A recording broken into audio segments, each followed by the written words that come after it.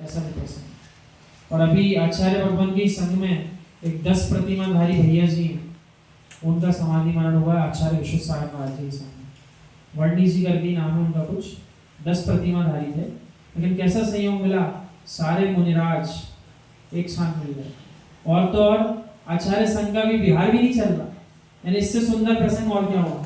नहीं तो उनका तो प्रतिदिन 20 किलोमीटर का बिहार चलता है, और उस समय यदि कोई समाधि के निमित्त से आए भी तो कहाँ एक स्थान पर ठहर पाते। तो संयोग ऐसा मिला तो पूरा संघ एक जगह दिल्ली में विराजमान है, वहीं उनका आखिरी समय समाधि का है। समाधि हुई बहुत अच्छे से। आचार्य सन्मति सागर मासूमवासी का दुबला पतला शरीर है, फिर भी विहार कर लेते हैं, प्रवचन भी रोज देते हैं, और घंटों घंटों शीर्षासन से समाहित करते हैं, सिर नीचे पैर ऊपर ऐसे समाहित करते थे आचार्य सन्मति सागर। हमको बहुत अच्छे से याद है, समाधि मरण होने के पहले तक प्रवचन दिए, और समाधि मरण होने के 1 हफ्ते पहले तक दीक्षा दी है आखिरी दीक्षक शिष्य सुबन सागर महाराज जी। 1 हफ्ते पहले की बात है, 20 दिन। हाँ, और आखिरी समय तक पूरी चेतना में सारी क्रियाएं करी, सामायिक करेंगे, प्रत्याख्यान प्रतिक्रमण सब कर रहे हैं। और ले क्या रहे, सालों से मात्र छाछ, राजगिरा और जल, ये 3 चीजें चलती थी पहले। आखिरी में छाछ जल गया है, और बिल्कुल अंत समय में मात्र जल, और फिर वो भी त्याग दिया था।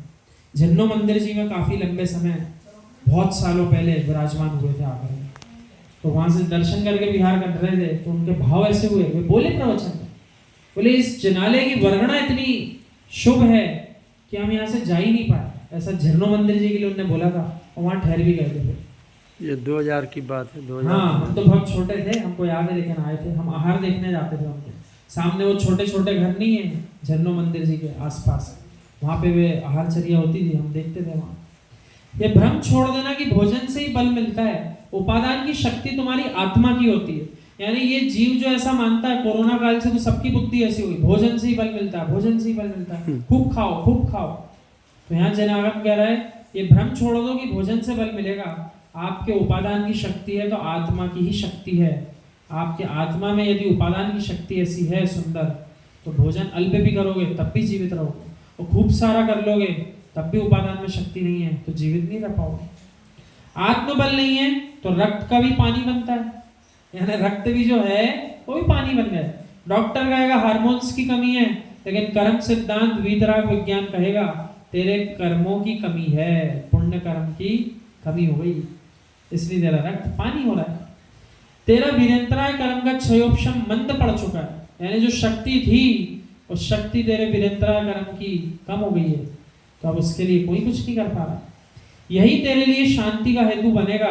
वे हार्मोन्स तो तुम जुटाते रहो पर अब नहीं जुटेंगे। अरे अनंत जीवों को खाकर तुम इस पुद्गल को मत गिराओ, नियम से ये राख होगा। कितने सारे क्या क्या पाउडर चल गए, और कितने सारे जीवों के वे कलेवर रहते हैं, तरह तरह की दवाइयां आ रही हैं, उसमें जीवों के पिंड मिले, और मनुष्य पर्याय के लोग अपने आप को ज्ञानी मानते हैं उसको खाने वाले, बोले इससे शक्ति बढ़ रही है हमारी। तो द्रव्य है जेब में तो खरीद के खा तो पा रहे हो, पर आचार्य भगवान कह रहे हैं इस पुद्गल को भी मत बिगाड़ो, इसको तो राख ही होना है, इसके राग में तुम अवश्य का सेवन मत करो। विश्वास ना हो तो शमशान घाट को जाकर ही देखाओ, यही तो तत्व देशना है। अब जीव शमशान का नाम सुन के डरता है, उससे कह दो चलो शमशान, ऐसे ही नहीं जाएगा। बोले किसी को छोड़ने जाना होगा तो ही जाएंगे, नहीं तो नहीं जाएंगे। उससे कह दो अब तुम भी कुछ काल रुक जाओ, यहाँ सब चले गए अब तुम रुक जाओ, कोई नहीं रुकेगा। बोले क्या पता कौन सा भूत लग जाएगा। भोग यानी जिस दिन तत्व ने तत्व को समझ लिया, किसने? जीव तत्व ने अपने जीव तत्व को समझ लिया, उसे परम तत्व बनने में देर नहीं लगेगी, परमात्मा बनने में उसको समय नहीं है। आप स्वयं एक तत्व और शब्द के श्रद्धान में डूबे हुए हो। जिस दिन तत्व श्रद्धान जम जाएगा उस दिन आप किसी से तू कह के भी नहीं बोलोगे। क्यों? क्योंकि आपको ऐसा लगेगा मैं तू किसको कह रहा हूँ, भगवान को, जो बनने वाला भगवान है मैं उसे अपशब्द बोल रहा हूँ। कहोगे कि मैं किसी सिद्ध तत्व की अभिनय नहीं करना चाहता, फिर कौन भाई भाई लड़ पाएगा? यानी हर जीव को सत्य समझ में आ जाएगा तो कौन किससे लड़ पाएगा? कौन सी सास और बहू लड़ेगी? देखना घर की क्या व्यवस्था बनती है। जो मात्र द्रव्यानुयोग को ही समझ रहा है और शेष 3 अनुयोगों की अभिनय कर रहा है, वह घोर मिथ्या दृष्टि है। ये भी कई लोगों के अंदर भ्रम चल रहा है। अब यहाँ मात्र द्रव्यानुयोग को ही आप पकड़ के लक्ष्य नहीं बनाना कि एक ही की बात चल रही, इसको सब जगह लाओ। कुछ जीव मात्र प्रथमानुयोग को ही धर्म मानते हैं, फिर बाकी 3 अनुयोग की अभिनय कर रहे हैं क्योंकि उसको कुछ नहीं मानते। जो जीव कर्णानुयोग को ही सब कुछ मान रहा है वो कर्णानुयोग के अध्ययन में रहा हुआ है, वो ना प्रथमानुयोग को कुछ मान रहा है ना आगे के 2 छंडानुयोग द्रव्यानुयोग को। तो ऐसे सारे जीव घोर मिथ्या दृष्टि है। क्या है? समय सारजी में भी अर्थ करा जब आचार्य भगवान ने, तो एक पंक्ति ऐसी लिखी है, अध्ययन करने के बाद भी भाव नहीं बदले तो अध्ययन किस काम का। अध्ययन करने के बाद भी कोई बदलाव नहीं आया तो अध्ययन किस काम का। यानी अध्ययन करने के बाद भी ऐसा उसमें लिखा है जीव अज्ञानी का अज्ञानी रहता है। इसलिए आगम में लिखा है सम्यक दृष्टियों की संख्या उंगलियों पर गिनने बराबर है, बहुत बिरले जीव होते हैं। जनवाणी कह रही है मेरे समझाने की 4 शैलियां हैं, मैं किसी को अभिनय नहीं सिखा रही।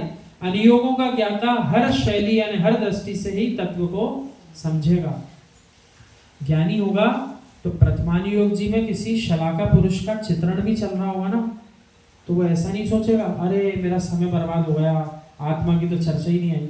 वो तो यूं निहारेगा अभी जिस पूर्व आत्मा की बात चल रही है, भले ही भगवान राम की चल रही हो, भगवान महावीर की चल रही हो, लेकिन जिस भगवान आत्मा की बात चल रही ऐसी भगवान आत्मा मैं भी बनूंगा। तो जो उनके साथ हुआ मुझे उससे सीखना है ताकि मेरी आत्मा ऐसा अपने आप का पतन ना करा पाए, उत्थान हो गया। तो वो कोई भी अनुयोग अध्ययन करेगा उसको हर अनुयोग में शैली यानी दृष्टिगोचर होगी, उसको आगामी नजर आएगा। भोग यानी जहां गजराज जैसा मृतक त्रियंच पड़ा हो, जिसकी सड़ान इतनी तीव्र हो, 1-2 धूप बत्ती अगरबत्ती की सुगंध कुछ नहीं कर पाएगी। ऐसा होता है कि कई जीवों के शरीर बहुत 2-4 दिन पुराने हो जाए, पड़े हुए कितने सारे जीव बिलखते रहते हैं उसके आसपास। यानी एक पर्याय से जो जीव आत्मा चली गई, उस एक पर्याय को समाप्त करने के लिए कितने सारे जीव अपनी पर्याय बर्बाद कर रहे हैं। उसमें लाखों जीव हो जाते हैं एक बड़े जीव के शरीर को समाप्त करने में, होते ही नहीं होते। यहाँ कह रहे हैं इसी प्रकार जिस जीव के अंतरंग में मिथ्यात्व का सड़ा त्रियंच पड़ा है, उसकी दुर्गंध इतनी विशाल है कि भोग यानी तुम्हारी छोटी मोटी बातें उसको प्रभावित भी नहीं कर पा रही। बड़ी बात है कि जैसे सड़े हुए त्रियंच का उदाहरण दिया, ऐसे कह रहे हैं तुम्हारे अंतरंग में मिथ्यात्व का सड़ा हुआ त्रियंच पड़ा है, उसकी दुर्गंध इतनी हो गई है कि छोटी मोटी धर्म की बातें तो उसको प्रभावित ही नहीं कर पा रही।